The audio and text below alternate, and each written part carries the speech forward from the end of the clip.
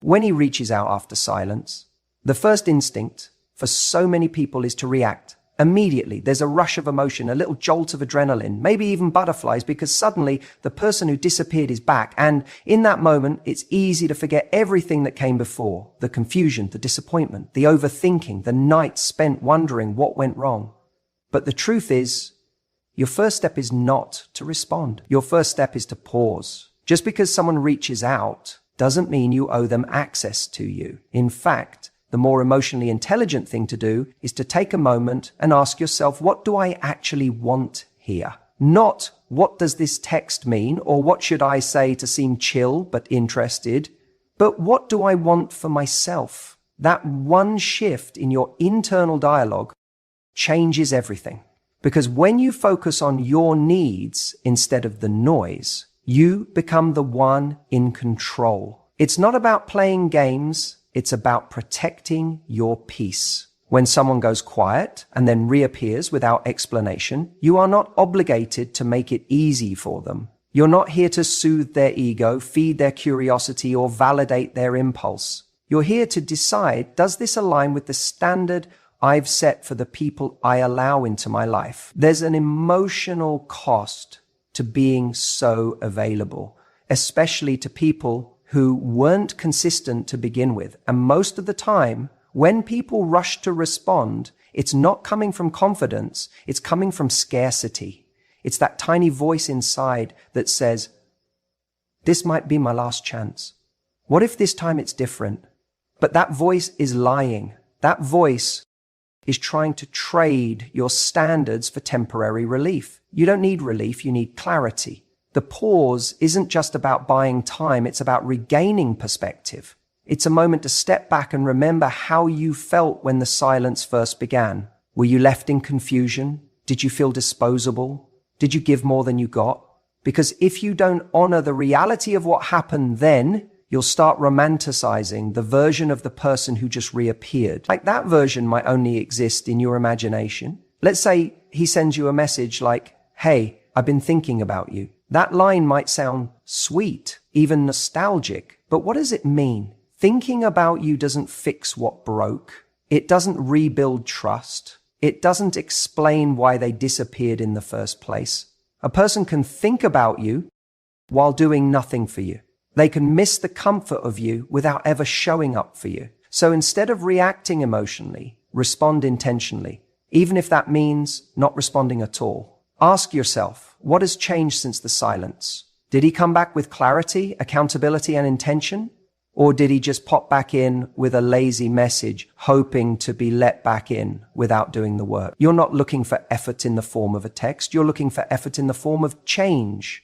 A person who values you doesn't just reach out, they show up. And here's something most people don't realize. The longer you delay your response, the clearer your power becomes. When someone knows they can disappear and you'll be right there the second they call, they don't have to try. But when you make them wait, not out of spite, but because you're genuinely assessing your boundaries, you become someone who can't be picked up and put down at their convenience. You become someone who respects themselves too much to confuse attention with effort. Let's be honest. Sometimes the message you receive isn't even about you. It's about their boredom, their ego, their loneliness, their desire to check if they still have access. And if you don't pause, you'll mistake their impulse for intention, and you'll be right back where you started, unsure, unsettled, and overinvested. What if, instead of feeling flattered, you felt curious about their motives, curious about what they actually bring to your life now, curious about why they think they can come back without acknowledging the absence? Curiosity creates distance between you and the illusion. It puts your heart in check. And from that space, you get to ask yourself better questions. Is this what I want? Or is this just what's familiar? Am I being chosen or am I being recycled? That's where your strength lives. You've got to remember, your response is not just a message back to him. It's a message to yourself. It's you saying, this is how I deserve to be treated. This is the energy I will allow in my life. You don't rise by chasing potential. You rise by honoring your reality. That means if he comes back, you don't default to the fantasy. You default to your truth. The pause gives you the gift of memory. It reminds you of how silence felt when you didn't deserve it. It gives you the opportunity to ask, did he reach out because he missed me? Or because he missed the version of me that made things too easy? That question matters, because how you respond sets the tone, not just for the conversation, but for the kind of relationship you're willing to have moving forward. This is not about punishing anyone. This is about valuing yourself enough to say, if you want back in, you have to knock like someone who means it, not someone who disappears when things get real and reappears when it's convenient. And if he can't do that, if he's not bringing emotional maturity, effort, or accountability, then your silence is the answer. And that's the truth most people avoid, that you don't have to respond just because someone remembers you exist. Your worth isn't up for negotiation the moment they decide to text. The real question is, do they still deserve access to you? That's a powerful place to respond from. Your response begins the moment you realize you don't need one to feel whole. You know, it's so easy to get excited when we hear from someone we haven't heard from in a while, especially if it's someone we cared about deeply or someone who ghosted us, or maybe just faded out and left us in confusion. Suddenly, your phone lights up. It's his name, a message. Maybe it's, hey you, or been thinking about you, or the classic, how have you been? Do you think it doesn't have, and in that instant, your heart skips a beat. Part of you wants to smile. Part of you wants to throw the phone across the room. But let me tell you something important that I need you to hear clearly. That message, that little ping you just got, that's not a comeback. That's a ping. Let me explain what I mean by that. When someone genuinely wants to come back into your life, really come back with the intent to repair, to reconnect, to rebuild something meaningful, they don't just drop a half-baked text like, hey stranger. They make an effort. They show intention. They take responsibility because they understand that silence, especially after disappearing, creates distance. And that distance can't be closed with a lazy one-liner. But a lot of people don't understand this, or maybe they do and they just don't care. Because what they're doing when they send that vague little message isn't coming back. They're just pinging you. They're testing the line.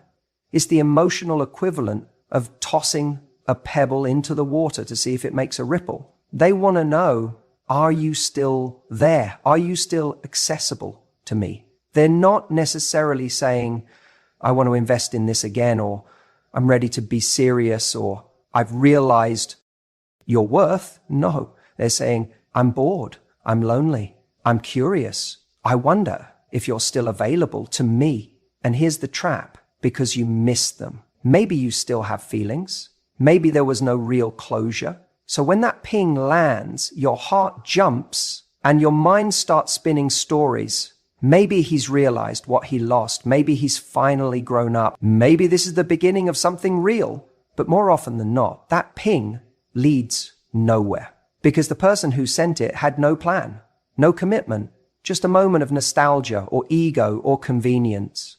What I want you to start doing, what I need you to start doing, is stop giving so much weight to the ping. Just because someone has fingers in a phone doesn't mean they've earned your attention again. We live in a world where reaching out is effortless. People can slide into your DMs, fire off a text, send a voice note, and feel like they've made some grand gesture. But that's not effort. That's not pursuit. That's not a sign of growth or change. That's just activity. Don't confuse activity with intention. The real question isn't, did he reach out? The real question is, what does his message mean? And more importantly, what does it mean to me? Because unless that message comes with clarity, accountability, and a genuine desire to move things forward, it's just noise. It's emotional spam. And you don't need to respond to spam. You filter it, you block it, you move on. Now, I know that's easier said than done, because when someone you care about reappears, even if it's just a blip on your screen, it stirs things up. You remember the good times, you feel a glimmer of hope. But I want you to stay grounded. Ask yourself, what has he really said here? If all he's offered is a vague opener, don't rush to fill in the blanks. Don't start writing a romantic novel in your head based on a single shallow sentence. Make him work for it. Make him show up. Because if someone truly values you, they'll want to remove the ambiguity. They'll want to earn back your trust, not just your time. And let me be clear, your worth isn't measured by who texts you. It's measured by how you respond. Anyone can say, I miss you. Anyone can send a 2 a.m. you up message. That's not connection, that's access. And there's a big difference between someone wanting to connect with you and someone wanting access to you. When someone reaches out after silence, they should be stepping up, not just popping in. Well, what do? How do you respond? First, take a breath. Don't get swept away in emotion. You don't owe anyone an instant reply. In fact, that pause, that space, is powerful. It gives you time to ask the right questions. What do I actually want here? What pattern has this person shown me before? Does this feel like genuine interest or just a lazy attempt to reopen a door they walked away from? Be honest with yourself. If you do choose to respond, do it from a place of calm confidence, not need. You're not trying to win them back. You're not trying to impress. You're just communicating. Simple, direct, self-respecting. Something like, hey, it's been a while. What made you reach out? That one sentence, it puts the ball back in their court. It tells them, I see you, but if you want access to me again, you're going to have to show me why. And that's exactly the kind of energy you want to hold. You're not punishing them. You're not playing games. You're setting a tone. You're setting a standard. Because if someone wants a place in your life, they should be willing to meet you at your level, not pull you down to theirs. And if their response to that is vague, if they dance around the question or dodge it or throw out more fluff, you've got your answer. They're not here for something real. They're here for a hit of attention. And you don't need to supply that. Look, you're allowed to care. You're allowed to feel. You're allowed to miss someone. But don't let missing them override what you know. A ping is not a plan. A message is not momentum. Connection requires more than curiosity. And if someone wants to come back into your life, they need to prove through consistent action they're worth letting back in. Remember, a message is not a comeback. It's just a ping. Let's talk about something really important when it comes to hearing from someone after they've gone quiet. Something that trips so many people up. It's the idea of matching energy, not emotion. Now, what does that actually mean?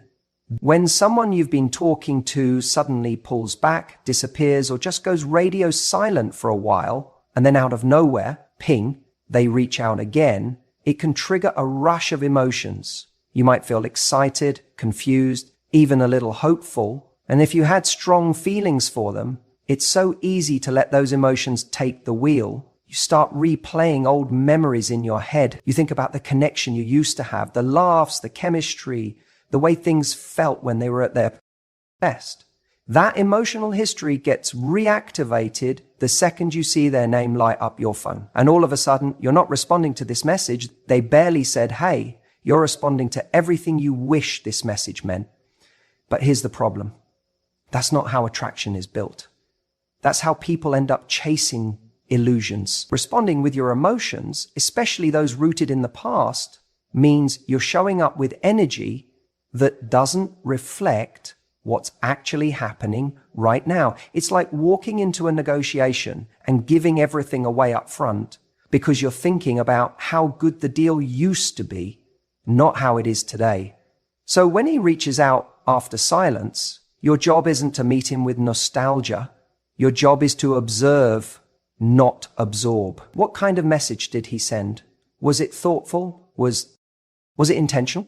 Or was it a lazy, low-effort hey you that he probably sent to 3 other people in his contact list? That matters. Matching energy means recognizing the level of effort someone is putting in now and meeting that with the same level of investment. No more, no less. If he sends a vague, non-committal message, you don't come back with paragraphs. If he says, I've been thinking about you, that offers no context, no accountability, no next step, that's not something to emotionally unpack or celebrate. It's something to note. It's not about playing games. This isn't about pretending you don't care or trying to be cold or aloof. This is about having a healthy emotional boundary. You don't build value by showing up at 100 when someone else is barely showing up at 10. That's how you train someone to believe they don't need to try harder because you'll do all the heavy lifting for them. Let me be real with you. A lot of people reach out after silence, not because they miss you deeply, not because they've had some grand epiphany, but because they're bored, lonely, curious, or even worse, looking for validation. And the minute you respond with warmth and excitement that's disproportionate to what they gave you, they get that validation without doing any of the work to deserve it. Then what happens? They vanish again. And you're left asking, why did he even come back? When the better question is, why did I respond like he earned a comeback? Matching energy keeps you grounded in reality. It protects you from false hope. It creates space for the other person to actually show you who they are now instead of who they were or who you wish they'd be. And when you respond at their level, you force them to either rise up or fall off. There's no middle ground where they can stay comfortable with minimal effort. Think about it like this. If someone walks into your life and offers you crumbs and you respond like they just served you a 5-course meal, what message are you sending? You're telling them that the bar is low, that you'll take anything. That's not attractive. It doesn't make them want to step up. It makes them think they can step in and out as they please. But if instead you stay calm, measured, and you mirror the level of effort they're giving, you create a dynamic where their next move has to be intentional. Because now they know they don't get to skip the line just because they've been here before. And here's the best part. When you operate from that place, you feel powerful. Not because you're playing hard to get, but because you are hard to get for the wrong people. You know your worth. You know your time is precious. You know your heart deserves consistency, not confusion. So the next time someone reappears after ghosting or disappearing, don't get swept away in the history. Don't let the nostalgia do the talking. Look at what they're actually bringing to the table right now. Is it vague? Is it lazy? Is it safe for them, but risky for you? Then match that. Not with coldness, but with clarity. Not with pettiness, but with poise. You don't need to chase anyone who left you confused. If they want another chance, let them earn their way back in. And if they're not willing to, that's not your loss. That's your filter working. Silence after inconsistency isn't rejection. It's redirection. You may miss him. You may still think about the way he looked at you, the way he made you feel, the way things could have been if he had just stuck around. That emotional pull, it's real. I'm not going to tell you to switch it off like it's a light. You're human. We build connections, we build memories, and those don't just disappear when someone goes quiet. But here's the truth. Most people don't say out loud. Your standards don't get put on hold just because someone you once cared about decides to suddenly pop back into your life. When someone disappears, whether for days, weeks, or even months, and then suddenly reaches out, it stirs something. You start to wonder, what does this mean? Has he changed? Did he realize what he lost? Should I give him another chance? And all those thoughts are understandable. But what often gets lost in that swirl of emotion is the one thing that actually protects your peace, your standards. You can feel 100 things at once: attraction, curiosity, nostalgia, but none of those things should override what you know you need in a relationship. If he's coming back without accountability, without clarity, without any evidence of change or growth, then what he's offering isn't a new beginning. It's a rerun. And if you didn't like how the story ended the first time, what makes you think the script has suddenly changed? The real danger in these moments isn't the message itself. It's the meaning you assign to it. We want to believe people reach out because they've had some kind of emotional epiphany.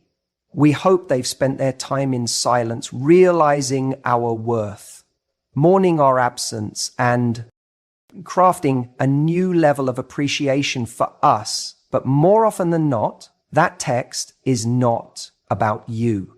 It's about them. It's about comfort, curiosity, or even just boredom.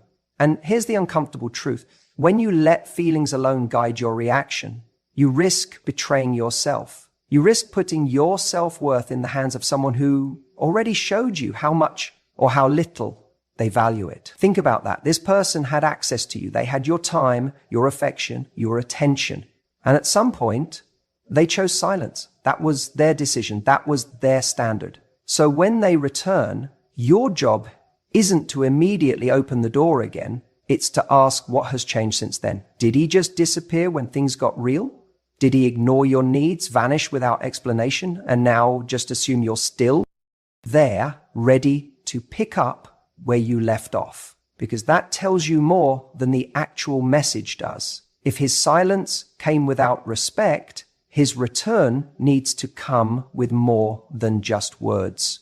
You need to see consistency, follow through, and intention. That's the currency of someone who values you, not a 1 a.m. you up or a vague I've been thinking about you.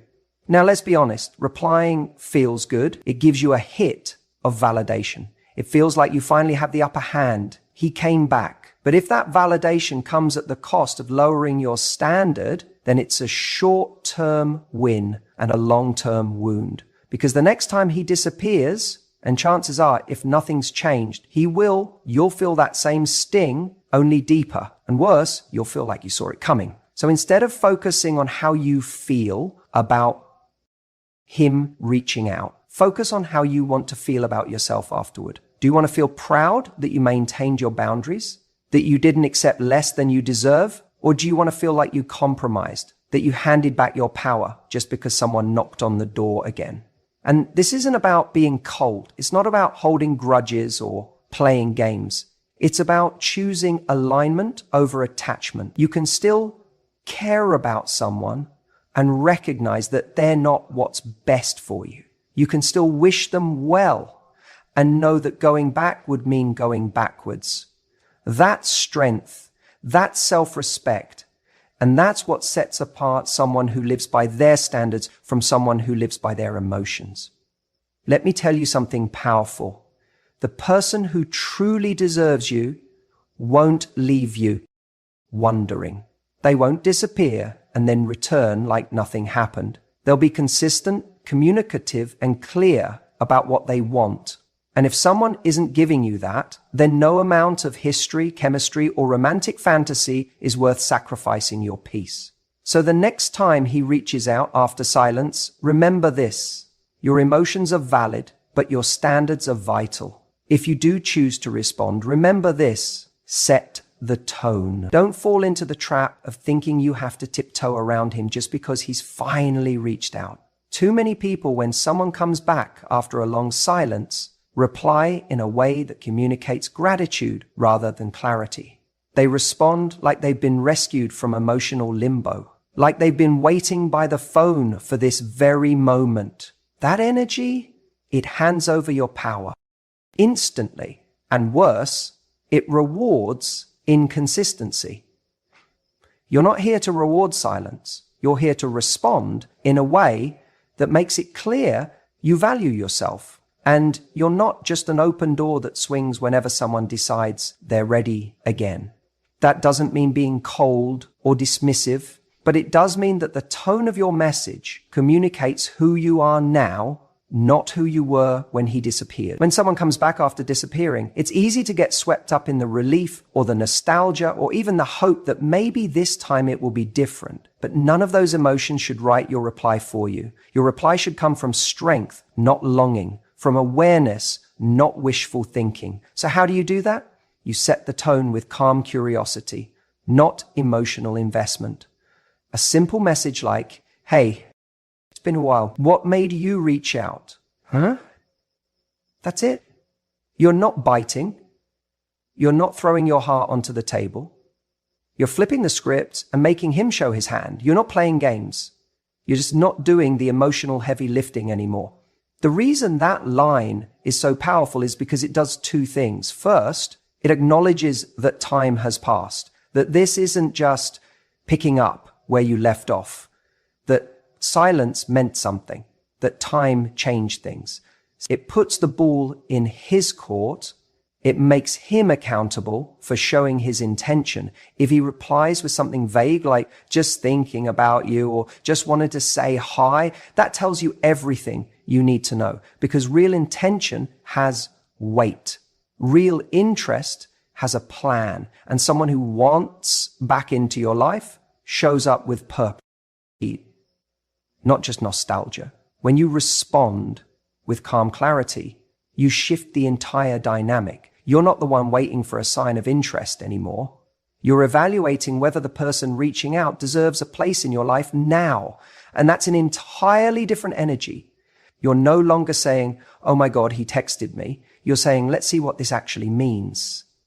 And don't think for a second that this calm tone goes unnoticed. A confident woman who doesn't over-explain, doesn't gush, doesn't emotionally flood the conversation after silence, that's magnetic. That makes someone stop and think, wait, she's not jumping at this. She's not impressed just because I messaged. That tells him you're not waiting, you're living. That tells him you're not the same woman he left months ago, that maybe, just maybe, he has to earn the chance to speak to you again. Here's what happens when you don't set the tone. The moment he messages you, you reply quickly, enthusiastically, maybe even emotionally. You ask how he's been. You tell him you've missed him. You create a safe, welcoming space with no friction. And while that might feel like a kind thing to do, it unintentionally says, there are no consequences for disappearing. You can come and go as you please. But when you do set the tone, you give him a different message. You say, I'm open to hearing what you have to say, but I'm not going to emotionally invest until I know you're showing up in a real way. That changes everything, because now it's not about him choosing you again. It's about you deciding whether his presence adds value to your life anymore. It's subtle but powerful. And it's especially important because, let's be honest, some people come back for the wrong reasons. Loneliness, boredom, ego, a temporary sense of nostalgia. And if your tone says, welcome back, I've been waiting, then you risk letting someone back in who hasn't actually changed, who hasn't done the work, who isn't ready to meet you where you are. But if your tone says, talk to me, show me who you are now, then you get clarity fast. And clarity is what you need. Not fantasy, not potential, not memories. You want to know right now who this person is. And more importantly, what they're actually willing to do to rebuild trust. So when he reaches out and you choose to reply, remember this: your message is not just a text, it's a mirror. It